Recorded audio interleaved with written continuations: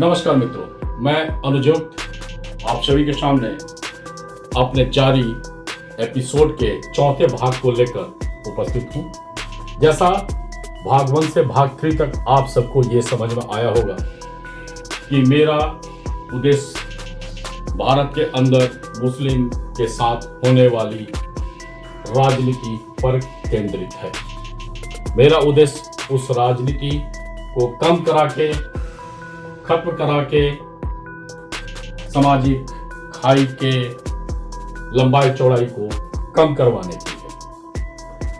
जैसा भाग 1 से भाग 3 में मैंने अपना एक विषय स्थापित किया है, वो है भारत में हमारे महान पैगंबर साहब के आदर्श वाले मुस्लिम हैं या इस्लामिक मानसिकता के शासक से प्रभावित मुस्लिम हैं और राजनीति उनका किस तरह से इस्तेमाल करती है और सच को क्या बताया गया है या छुपाया गया है।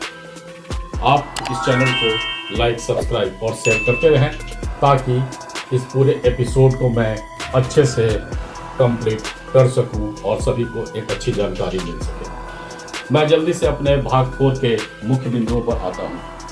जैसा पिछले भाग में अफगानिस्तान के बारे में हम चर्चा सुन चुके हैं, तो ये भी हम सभी जानते हैं कि दुनिया में कई देश गुलाम थे, कई तरह के शासकों के अधीन थे।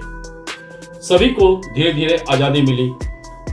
जिस देश और नागरिक ने अपने मूल जड़ और संस्कृति को पुनर्जीवित कर लिया, वे आज विकसित या विकासशील देश कहे जाते हैं। और जिस देश और नागरिकों ने जबरन परिवर्तन को अपने आप में आत्मसात किया, वो देश और नागरिक आज बदहाल है। पड़ोसी देश पाकिस्तान का जड़ भी सनातनी और बौद्ध था, अफगानिस्तान का जड़ भी सनातनी और बौद्ध था, लेकिन इन दोनों देशों ने अपने मूल जड़ को आत्मसात नहीं किया और एक ऐसे विषय वस्तु को आत्मसात किया जो कि महान पैगंबर साहब पवित्र कुरान के शायद विरुद्ध था और या उनके इच्छा के विपरीत था। और शायद ये एक बहुत बड़ा कारण भी है कि आज पाकिस्तान और अफगानिस्तान का हालत बदहाल है।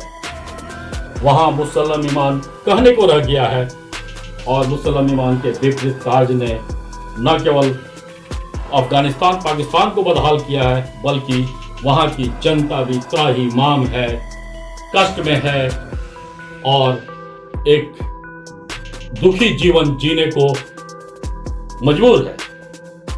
इसका उदाहरण देने का उद्देश्य भारत के मुस्लिम समुदाय को आत्ममंथन के लिए प्रेरित करना है, क्योंकि आपका जड़ भी सनातनी था, बौद्ध था और आज भारत अगर विकासशील देश है तो इसलिए है कि भारत के बहुसंख्यक समाज ने अपने जड़ और संस्कृति को नहीं छोड़ा, जबकि राजनीति ने कई तरह से प्रयास किए, लेकिन तब भी बहुसंख्यक आबादी अपने जड़ से, संस्कृति से जुड़ी रही और आज भारत विकासशील देश के राह में खड़ा है।